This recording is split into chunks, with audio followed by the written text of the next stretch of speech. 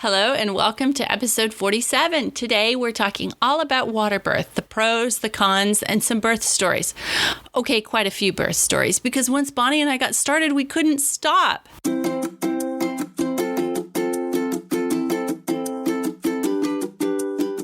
Hello and welcome to Outnumber the Podcast. I'm Bonnie. And I'm Audrey, and we're homeschooling moms to a combined total of 18 children. We know firsthand that motherhood is full of crazy chaos and overwhelming obligations, but it should also be full of love and laughter. Regardless of where you are on your journey, come join us as we work together to find joy in the chaos of motherhood. Okay, so water birth. Yes, we're going to be talking about water birth today. And before we jump into that, Bonnie has an email that we received to read to you for a review, and I've got a little humor segment. Yes, we are always so grateful for your reviews that you leave us on iTunes, but we equally love hearing from you in DMs and emails, so thanks so much. This one says, Audrey and Bonnie, thank you for the episode about survival times. I was feeling so down on myself, wondering why I couldn't get myself together. Then I listened to this episode and thought, well, I have a 4-month-old baby. We just did a large and draining 2-week family vacation, and my house is under major construction. Maybe that's a good time to give myself some grace, like you said. Thanks for the inspiration and confidence in me. Oh, we love that. Absolutely. Give yourself some grace and some space to let things settle down. Yes, that is one of my top episodes I recommend to people when they're having a really, really hard time. It's probably because they're going through a survival time. So go listen to that one. Okay, so today I have a funny thing that one of my kids, my 2-year-old, she has got this little line stuck in her head that she keeps repeating over and over again. Do your kids ever do that? Oh, yeah. It's usually something really annoying. Okay, yeah, this was really annoying. And today, so she's been saying, hello, my name is Bobby Joe. What? For days on end. And yes, I don't share my kids' names publicly on the internet and all that, but her name is not Bobby Joe. Where did she get that from? I don't know. And she's been saying it for days and days, walking around the house. Hello, my name is Bobby Joe. So yes, I did break down and yell at her today. Your name is not Bobby Joe. That's awesome. And she ran away offended, crying. And I was like, oh, brother. Way to go, Mom. Well, I do have to tell you that when you posted, so on Instagram, if you guys haven't seen, Audrey a little while ago posted a cute, darling little poem that her 2-year-old recited. And I showed my kids, they wanted to watch it about 100 times. They thought it was the cutest thing they'd ever seen about her little blanket poem. So yes. So in the meantime, that's been circulating my house. My kids keep repeating it.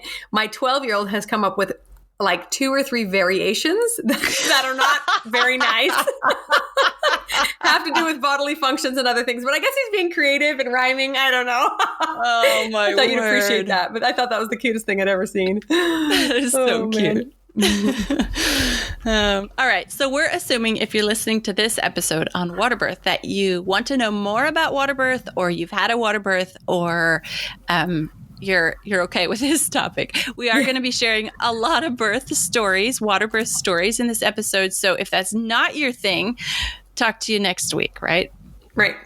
And as all things, birth, just like we talked about potty training, there's often so much comparison and sometimes some bad feelings when births didn't turn out the way we had expected or had hoped. So I hope there's none of those feelings emerge when we're talking. We just want to share something that's we're really passionate about, one of our favorite ways to give birth, and share some more information.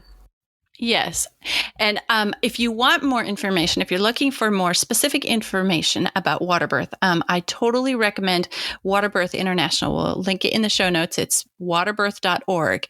And it's an amazing website, just full of information, everything you could possibly want to know about water birth from a positive standpoint. Because if you type in water birth on Google, you're going to get a bunch of medical sites returned first, and that might not be the kind of information you're looking for. If you're trying, I know that when I had my first water birth, I was looking for information to help spread to my family who was kind of unsure about this weird thing that I had.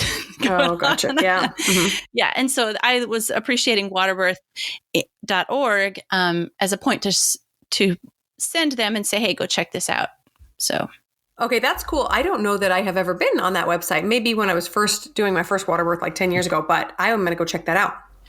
Oh, you really should. What's really cool is that lady is she's based out of somewhere in Oregon. That was close enough that I actually got to meet that lady and rent for our first 3 water births. We rented our birth tub from her. Her name's Oh, how Barbara. fun is that? Yeah, her name's Barbara Harper, and she's an amazing advocate for water birth. So Oh, that's really cool. You're famous. she's famous. I just know her.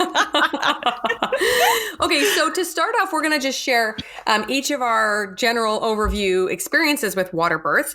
So mine look like this. I've had 4 babies in the water. 3 were at home. And funnily enough, the first one, my very first water birth, very first natural birth was done without a midwife present. It wasn't meant to be that way. It just worked out that way, which is kind of a funny story. But and then there was 3 at home and then 1 at a birth center.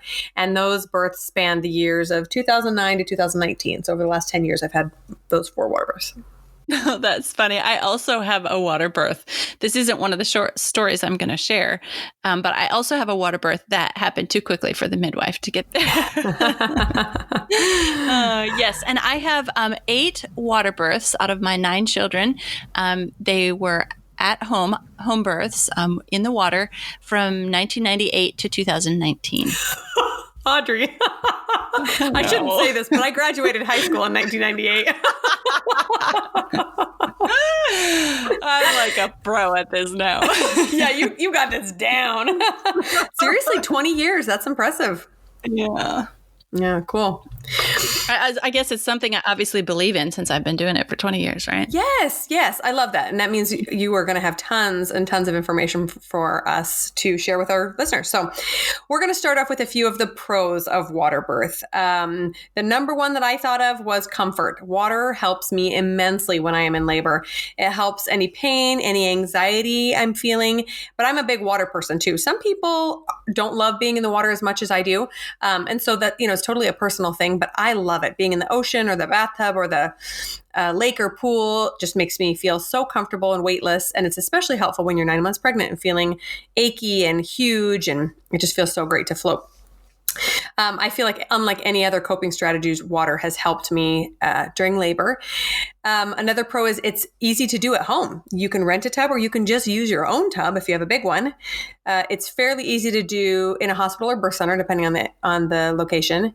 And then it also tends to keep away those unnecessary interventions. So like, for example, continuous fetal monitoring, there's some pros and some cons to that. And if you're looking to keep those interventions at bay, being in the water is very helpful because they can't mess with you as much. Cervical checks, that sort of thing. Yes, I totally agree with all of those. In fact, and starting off with what you said about being in water when you're pregnant. In fact, that is my chosen form of activity when I'm pregnant is swimming laps. Now, I say swimming. That's, kind of a loose form, more like a beached whale flopping around. But anyway.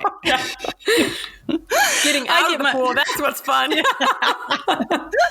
I get my heart rate up and get some blood flowing around. Anyway, yeah, it's my total favorite thing when I'm pregnant and not too, water. So yes, water birth is more relaxing. You have greater mobility in the water. So yes, you are hugely pregnant, but you have more, because the weight of that is taken off, the weight of the pregnancy and gravity is not fighting against you so much. You have greater mobility. So what this means during birth is you can get into positions easier, or you can move around and kind of, if the baby is not advancing or progressing, that moving around will kind of dislodge it and get it down there faster. Yeah, definitely. I don't know how long I could squat at 9 months pregnant trying to get a baby out, but you can kind of do it indefinitely in a pool. It's just, you feel very lightweight and able to move around a lot. Yeah. For me, total less tension and anxiety as well in the water. You're just like you enter the water, it's the warmth, it's the taking off of gravity. For me, with my varicose veins, some of that pain goes away in the water. And it's just, just kind of like a relaxing space.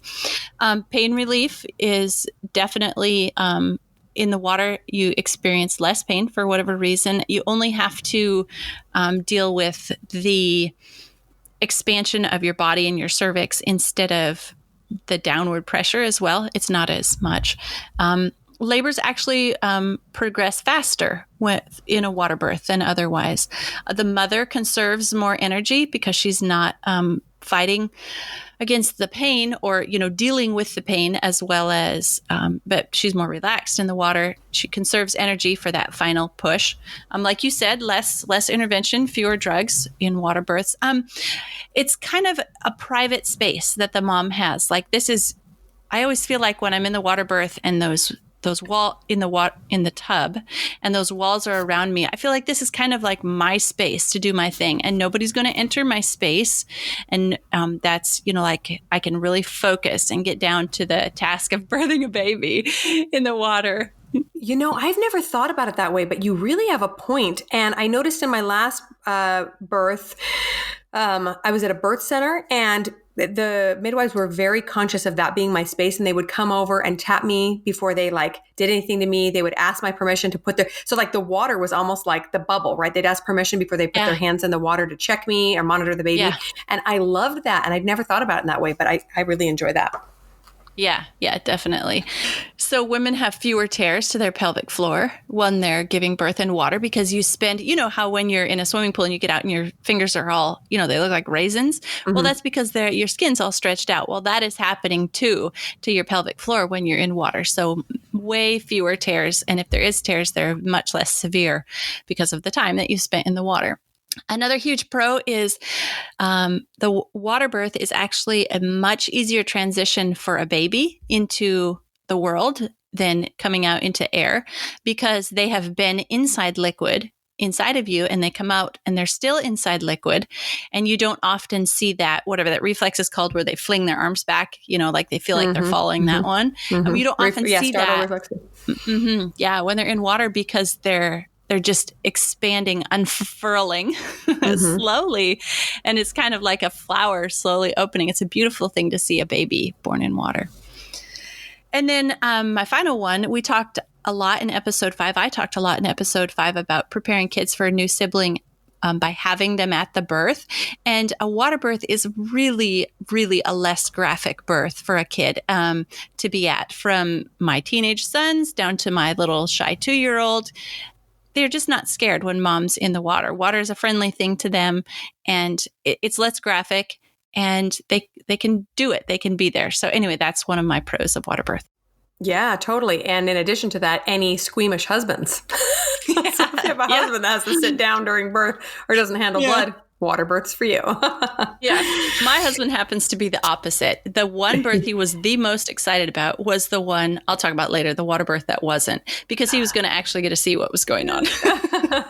He likes that stuff. Okay, so moving on, we're going to talk a little bit about the cons of water birth because they are definitely not for every birth or every mom. So they're definitely not for high risk births because of, like we mentioned, the restrictions in monitoring. So if your baby needs to be monitored nonstop or you need to be monitored nonstop, being in the water is not a great idea. If the water and the tub are not cared for properly, it can introduce some infection. So midwives often get pretty strict instructions for how to care for the water. And if you leave the water in longer than, the day you give birth or whatever, you have to care for it and make sure that there's no bacteria growing in there. And it can also be difficult sometimes to find a hospital that will allow it. So if you're not looking at home or birth center birth, finding a hospital that is friendly to water birth is not always as easy as you might hope. And often they'll let you labor in the tub, but they won't let you actually give birth in the tub, which is kind of lame in my opinion, to labor there and then have to climb out and transition and get in a bed. Yeah, make you get out. Yeah. Who wants to do that, right? Not happening. And then the final warning about a danger of water birth is to beware of overheating. So oftentimes you're in a tub that's quite warm, and oftentimes in a warm room that's all closed off and private, you can get dehydrated pretty quickly. And most midwives know to keep you hydrated and make sure you're going to the bathroom regularly. But this actually happened to my sister. She wanted to do a water birth in a birth center, and she got too dehydrated and it stalled labor, and she had to go to the hospital. So that's just something to be aware of, that it's very easy to lose those fluids quickly. You wouldn't think of that when you're in water. Right. Yeah. Right. Because your water is everywhere, but you actually have to get it in your body because you're sweating it out. Right. So some cons of water birth that I thought are for us personally are the family can't see as much. Like that's a pro if the kids are squeamish, but it's also a con if they want to see. Another thing about a con of water birth is on some of my water births, some of my earlier births, I lost a lot of blood, and you can't really tell how much blood is lost when it's in water. And then there is also the logistics of getting a tub and putting it in a place in your house, if you're having a home birth, that can support the weight of the water in the tub. That's something they have to keep in mind. Yeah. And really hope there's not going to be a leak if you're like on a second story apartment or something. That could be catastrophic. Yeah. I suppose that a con my husband might say is draining it and, dealing with the water afterwards. But that's never been my part. So, that's his problem. Agreed. My husband, we make jokes about it. Sometimes he's like, oh, well, that tree in the backyard, that's a really good fertilized tree because that's where all your birth water went. It would be. Okay, so now we're going to head into our story section. We have a few water birth stories to share with you guys, just because I think that the personal experience of understanding how it goes for some people can be really beneficial if you're facing a potential water birth or thinking about doing it yourself. And birth stories are the best, aren't they? Oh, yeah. My favorite. My first water birth was with my third child, and she was going to be my first natural birth. I have all kinds of crazy stories of birth. I've done about every birth you can imagine. But so the first one that I wanted to do without any drugs was I decided to do at home, and I wanted to do it in the water. So the crazy thing was, because I'd never felt the full birth scenario, I'd been medicated before. I never knew what it felt like to go from early labor to late labor to transition to birth. I didn't know how close I was getting. And I didn't want to be that lady that called the midwife and she just hung out at my house for a day, So I waited till the last minute to call her, and she was actually really close to me, but I said, hey, I think I'm getting in the water now. I think it's about time. She goes, okay, I will walk my dogs and I'll be right over. And she came maybe 30 minutes later, about 2 minutes after the baby had been born. So that's how quick it was. I got in the water, calmed down and started to feel the urge to push. But again, I had no idea what it was. I tell people, this is a little TMI, but I tell people it kind of felt like explosive diarrhea. Like my insides were going to explode. And it was totally involuntary because I wasn't doing any pushing. It was just my body saying it's time, which just goes to show how relaxed and, ready I was. So I did like 2 or 3 pushes and out she came. My husband caught her and we were like, what now? And then, she, it was about 5 seconds before she cried and we're like, come on, breathe, come on, and then the midwife walked in the door. But that was really, really empowering for me because it was my first natural birth. And also I did it all by myself. So I was pretty proud of myself. Yeah, that is pretty amazing. My midwife always says, or she's told us after the one that came before she got there, she said those really fast water births where the baby comes before she's there, she doesn't really worry about those too much because the baby's usually okay when they come out really fast like that. It's when there's a stall in the labor that, you kind of start worrying about the baby. When they get stuck or there's a problem. Yeah. Right. True. Okay, so I'm going to share my first water birth story too. And granted, this has been 20 years ago, so 21 years ago. So was this your firstborn then? Your firstborn was your first water birth? Yes. Okay. Yes, this is our firstborn. And we lived about 45 minutes away from the closest hospital. So we had to do some convincing on both our family and finding a midwife that was okay with us being that far away on our first one because we didn't have any history. Proof that you could do it? Yeah. Uh-huh. Yeah. So anyway, we found this one really awesome midwife, and she was like, "Yeah, we can do this. Women have been doing this for years out in the frontier, and no other women or midwives or anything anywhere. We've got this." Yeah. So we we drove down to Waterbirth International, and we rented a tub, got it home, set it up. When I was in labor, your first labors are longer usually than your subsequent ones. So when I went into labor, we set up the tub and filled it. And that took a couple hours, I think, to get it set up and labored. And I was just, walking around during that time. And it just feels so amazing to get into the tub once you're there. And we, for this birth, we lived in a little tiny 10 by 70 maybe trailer. Oh my gosh. So it was like the whole thing was just our little birth story going on right there. And it was just my husband and I and our midwife and her assistant, and my sister was there for the birth too. And I don't know, it was like that was the point where I know I've seen this quote before, but it was like that was the point where I was born.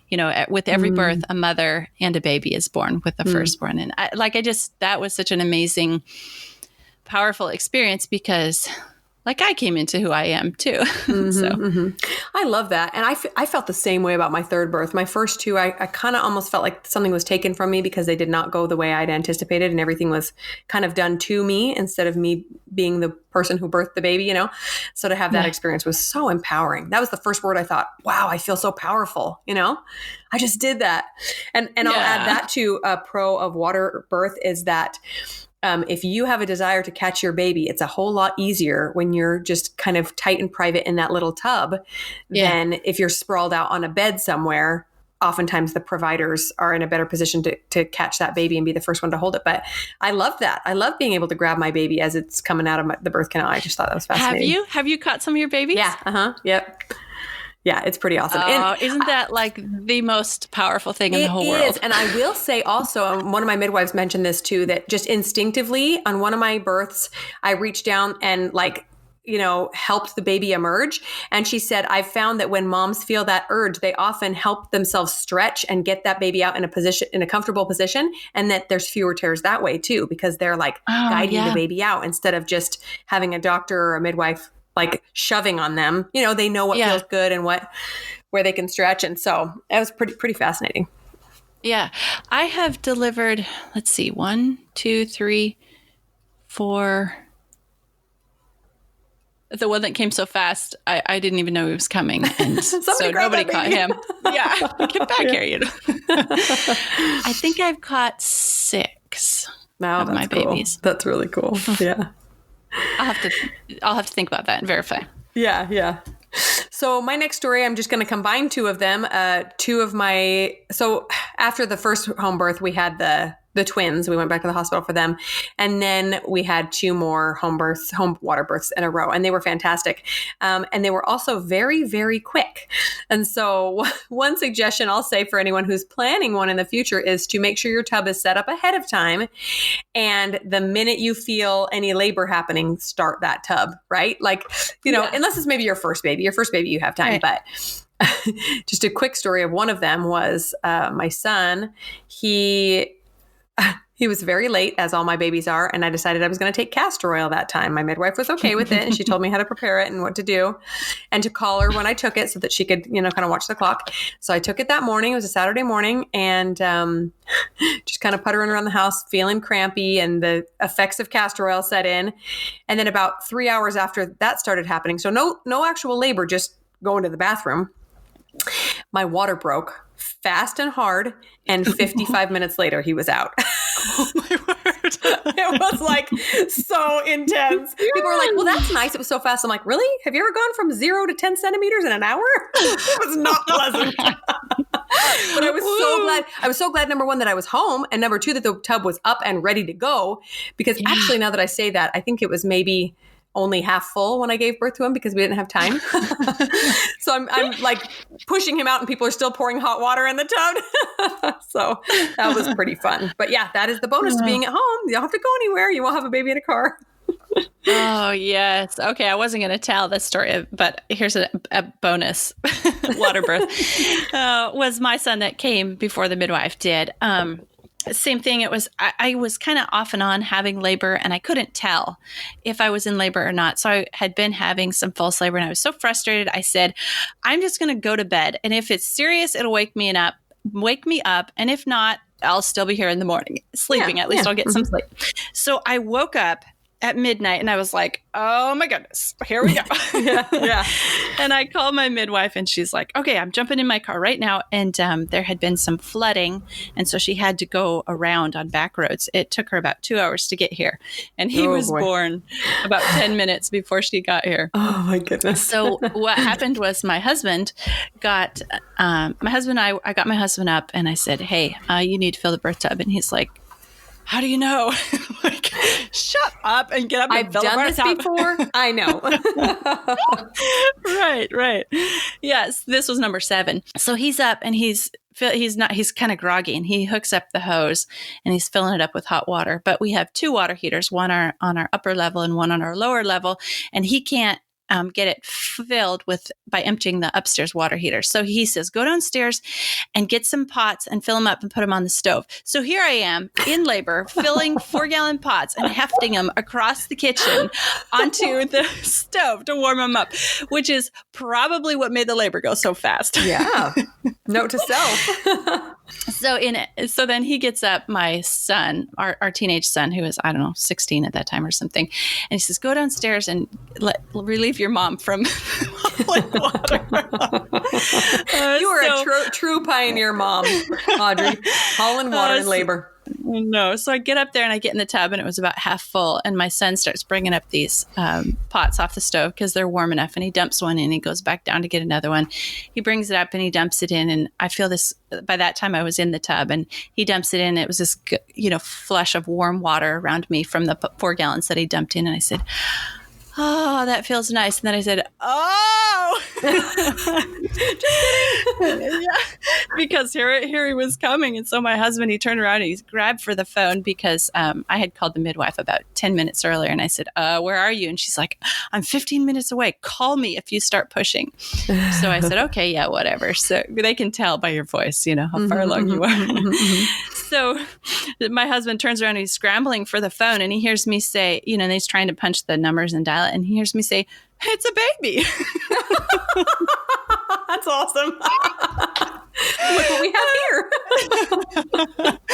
And my son was at the bottom of the stairs and he heard the baby cry and he's like, well, I guess I missed it.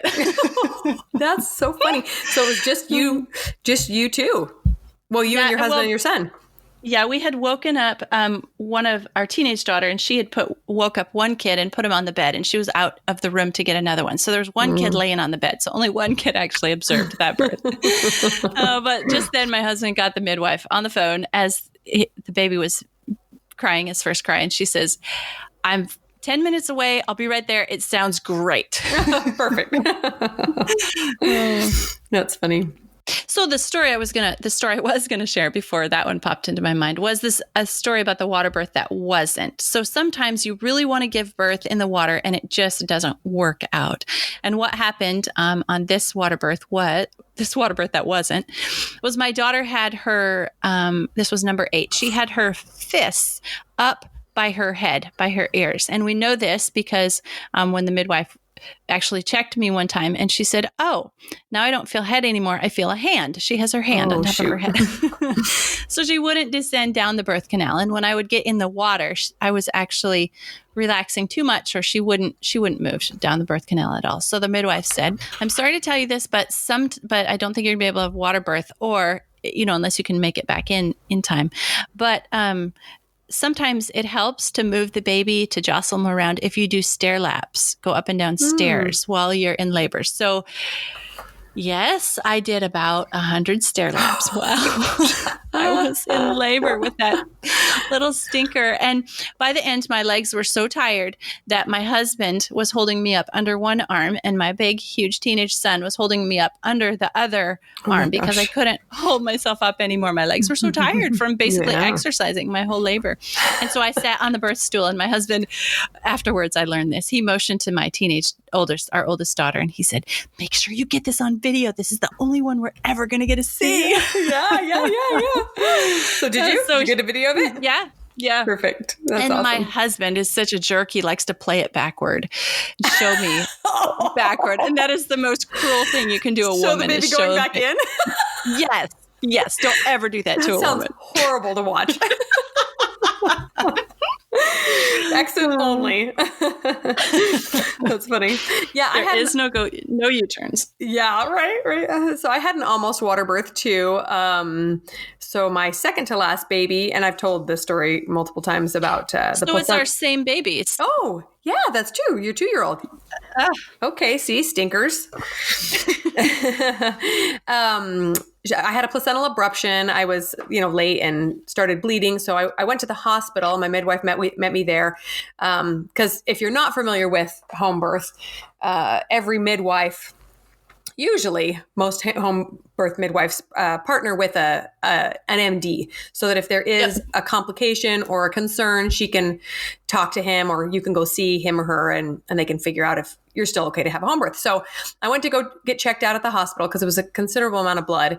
And they checked me out and they said, we don't really know what's going on. We're assuming it's a placental abruption, which means it's just a little tear or a big tear in the placenta, or it starts to come off of the uterine wall.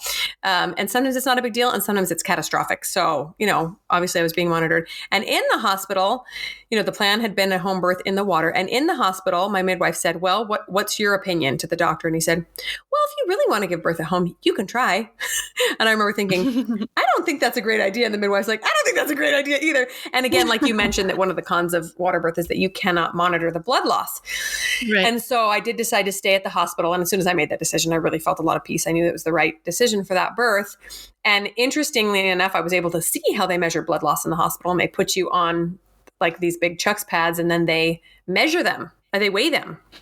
So they pull them off, weigh them, take off the weight of the pad itself, and then they add it up. So they could tell once I was done giving birth that I needed apparently 2 units of blood. So I got a transfusion after that because they were able to tell how much I'd lost. But that was a big concern. And my midwife said, if this continues when we go home, we're just going to come right back, because that's always something that they watch out for, is blood loss in the tub, because it just starts to look red, and then that can be scary. Yeah. So anyway, just an example of how things don't always work out the way you anticipated. But if you listen to that mom's intuition, you can make the best decision for you and your baby. Yes, absolutely. So I did count up while you were talking. I have caught 7 of my babies. Oh, awesome. That's so cool. Yeah. So the midwife caught the one that didn't come out in water. So did she end up coming out with her arms up then, with her hands still up? Yeah, my husband has slowed that one down enough and gone back and forth that she did not have her hands up there when she came out. Okay, because that would have not been fun. Yeah. And the other one I didn't catch was the one that came so fast that I didn't even know he was coming. But the rest, and then the first 2 my husband caught. So that's 4 I didn't catch. 9 minus 4, 5. I have caught 5. I can count. But I did want to tell the story of the first water birth that I did catch one of my children, because that was like one of the most powerful experiences in my entire life. So this was my third, and my husband had caught the first 2 because we wanted him to. That was just our part of our birth plan.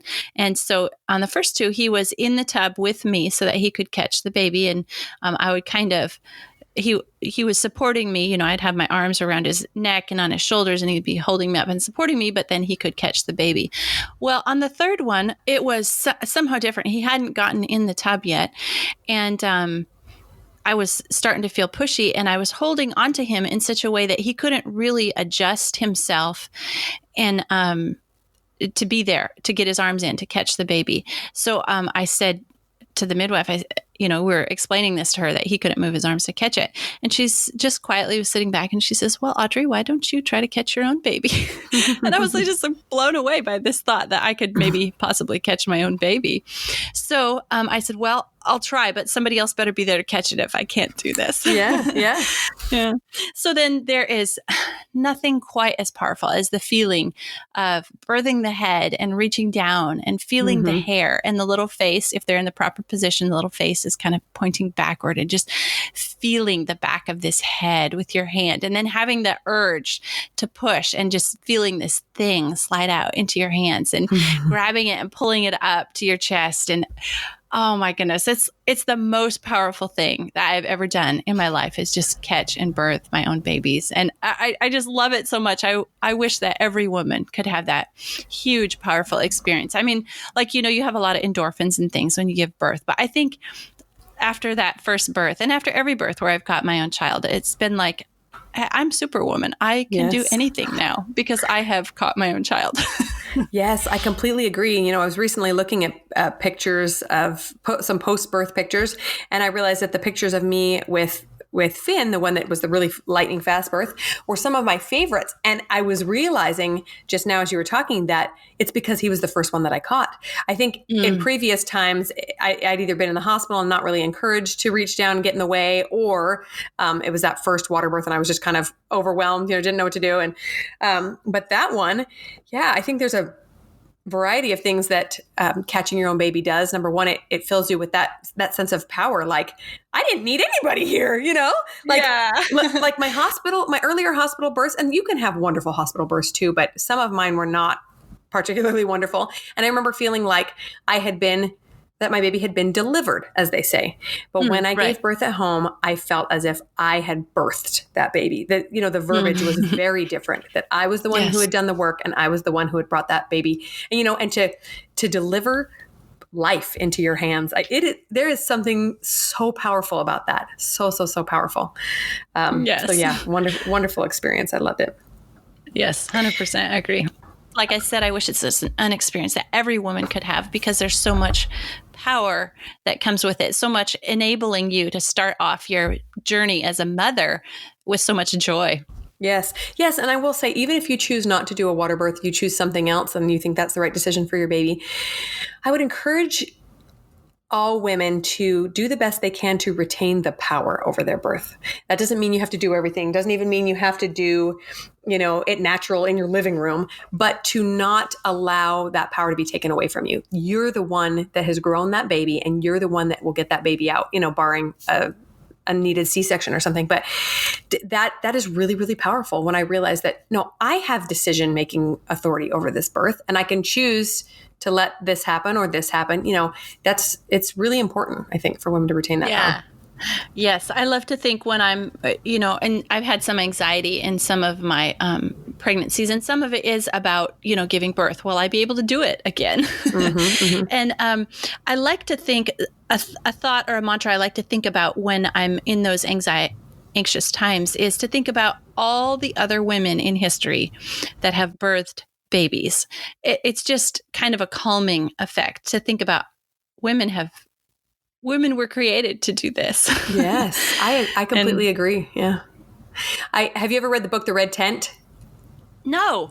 Oh, I love that book so much. We'll link it in the show notes. If you are a birth junkie, I highly recommend this book. It talks about, it's set in biblical times, and it talks about the women of the Red Tent, and that's where they gathered together during their menstrual cycle, because they weren't, they were unclean, considered unclean. Yeah. They couldn't go about their daily life. But all of the women who were menstruating at the same time would go in there together, and they would talk and, strengthen their sisterhood. And then that it was also where they gave birth, and that they would, squat on the bricks, and they'd be held up by their sisters and their mothers and their aunts. And it's really powerful. I will say a little caveat about that book is they don't talk entirely positively about some of the authority figures in the Bible. So if you're a Christian woman, that might be a little offensive, but I just love the sisterhood feeling of it so much. I recommend it for that part. Okay. I'm going to check that one out. So my final little story I want to share is my last one. I ended up going to a birth center for, and I can't fully explain why I decided to do this instead of a home birth. Maybe because of the birth previous to that was the placental abruption, was a little bit jarring. Shook my confidence a little bit, but I just felt really, really good about going to a birth center instead of being at home this time. So I did that. And we'd also moved farther away from the hospital. So I felt better about that. And that was a very unique experience. And I really, really enjoyed it. I felt like it was just as comforting and positive as being in my home, maybe slightly more medicalized because they had, maybe some stricter requirements to do, but I really, really enjoyed it. And what I loved about this time was that I was able to, I've never been much of a music listener during labor. I like to hyper focus on my breathing and relaxation. But this time I did keep my earbuds in the whole time listening to some hypnobirthing tracks. So we can link that too. If you're not familiar with hypnobirthing, it's one of my favorite ways of relaxing and wrapping your mind around how to give birth. Tell us more about that. I'm so curious about that. Yeah. So, people kind of roll their eyes at the hypnosis aspect of it, but it really is just a way of teaching yourself how to get into the most relaxed state you can be. So it's not like you're, waving a watch in front of yourself and, no hocus pocus. It's just teaching your body and mind to become as calm and relaxed as possible so that this baby can work itself out of you without resistance, right? When we feel pain, the first thing we want to do is tense up. And that's like the opposite of what you're supposed to do to get a baby out. So it is fascinating. I highly recommend it to anyone who's interested in laboring at all, but especially a labor without an epidural or other drugs. It's just so, so powerful to help you get in that great zen-like state to be able to push your baby out. So I just listened to those tracks the whole time. And it also helped because that was the first time I think I mentioned in that our other episode about welcoming babies, siblings, welcoming babies, that we had kids there. And so it was helpful for me because I didn't hear any of their whispering. I didn't hear any comments. I was just totally in the zone. And I loved that experience. That's awesome. I'm going to keep that in mind because while I feel like I have a pretty high pain tolerance and have never felt the need or searched out any other, pain relief during birth, I wonder if my daughters will perceive pain differently. And I would like to be able to, have a tool in my toolbox to offer them. Yeah. Also, hypnobirthing, check it out. Because some of them are really affected and respond to music as well. Yeah. Well, I think sometimes a lot of it has to do with the personality of the mother too. Like I'm very much a kind of controlling, tense, sometimes anxious person. And so if anything wasn't right or the labor came too hard and fast or anything unexpected, I tensed up and it was really hard for me to relax and get into that good state. So that was really helpful. Cool. Okay, I have one more water birth experience to share. I was going to share the story of my fourth. And during this water birth, I had back labor. And so it was more intense. What happened was I think I'm going to say this right. He was posterior. So his back was against my back. And normally a baby's back spine will be out against your stomach. So as he descended down the birth canal and all that, because he was posterior, it was more intense on my spine. So I did have a water birth that time. And I don't know what I would have done without the water because of, all the things that we've said about helping with the pain. It really did help. But an additional thing that they had me do during that labor was to lift up on my belly in each contraction to kind of move him a little bit off and relieve some of that pain. And they actually had a strap, kind of like a rubber exercise band strap that they gave me that I was using to help lift up on my belly as well. Oh, that's fascinating.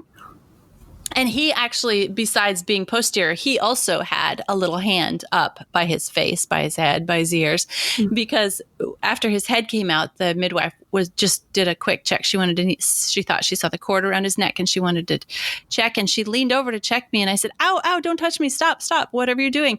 And she said, I don't have my hands in the water. I haven't done anything yet. And it was I said, well, he's moving. Something's moving. Somebody's touching me. And it was his little hand. He was moving it. Little stinker. He was checking you. Just get out of there, Brett. Yeah.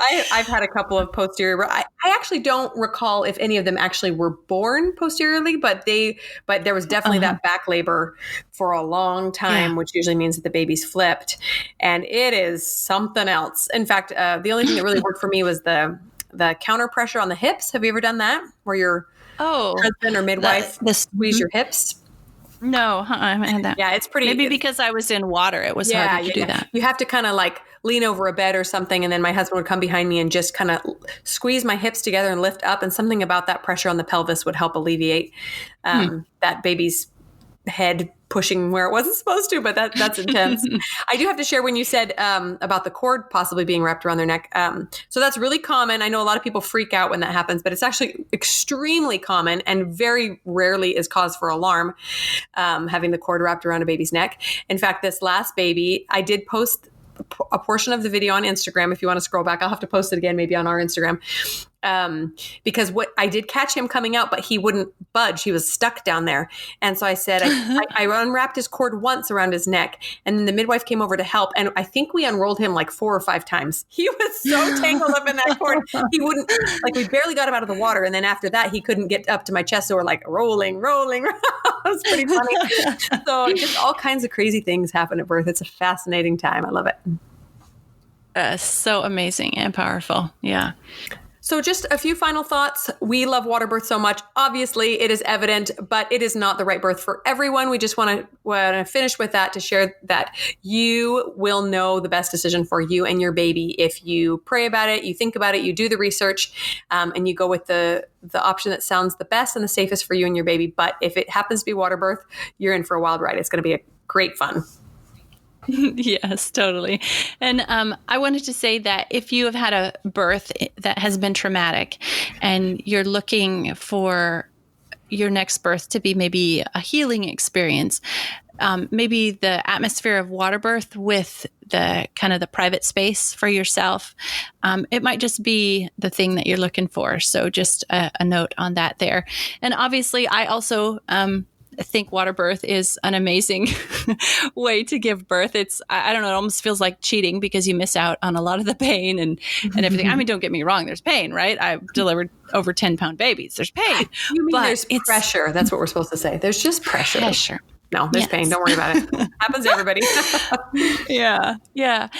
And I just I have such a strong feeling that I just wish that every woman could have a powerful birth, so that instead of when women gather around a pregnant woman and they start telling their birth horror stories, that it could be a culture of a little more encouraging and uplifting and confidence building, so that I would love to bring some positivity back to the whole birth scene. And I just think Waterbirth is a good step in that direction. So that's my final thoughts. I love that you shared that, because my first water birth was most definitely a healing experience. After having 2 births that I was not particularly pleased with and were a little bit traumatic, I was so grateful to have that peaceful, beautiful, beautiful experience. And we definitely want to share that birth can be beautiful. So. Okay, so we have some recommendations. We've talked about waterbirth.org, which is run by Waterbirth International, an amazing lady, Barbara Harper, who's doing some amazing work with water birth around the world. She has written the book, Gentle Birth Choices. It's both a book and a video. And then there's another, this is an old, you're going to have a hard time finding it, but it's an old water birth video. It's called Birth into Being, and it's actually in Russia. Women go to the Black Sea and birth their babies there in the Black Sea. It's incredible. So if you can find that one somewhere and get your hands on it, grab that one. I will also link to the hypnobirthing resources we talked about, my favorite way of relaxing during birth. And then I have a handful of posts on my blog about birth as well. Not particularly water birth, but about natural birth and about C-sections, about VBACs, about all the things that I've had to go through. So I will link those as well. And a few other of my favorite natural birth books, if that's something you're looking into. And we will most definitely be doing more podcasts about birth because we love it so much. Yeah, and we're good at it, right? We get it done. And if in the meantime, while we're working on our next episodes about birth, if you want to listen to more podcasts about birth, try the Birth Hour podcast. That one's amazing. Thanks so much for tuning in. If you've enjoyed this episode, we'd be so grateful if you'd leave us a written review on iTunes. If you have any questions or ideas for future episodes, you can reach us at outnumberthepodcast@gmail.com and find us on Instagram at outnumberthepodcast. See you next week.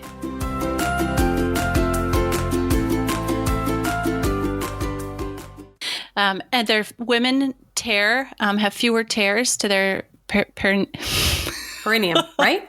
Perineum. Yes. Perineum. No, perineum. Yes. Perineum. Perineum. Yes, perineum.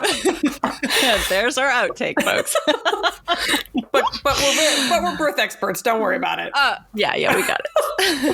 How do we say it again? Perineum. Perineum. Perineum. Never mind. I'm not even going to say it. I won't be able to say it without laughing now. What's the other word? Floor, pelvic floor. Say pelvic floor. There we go. All right.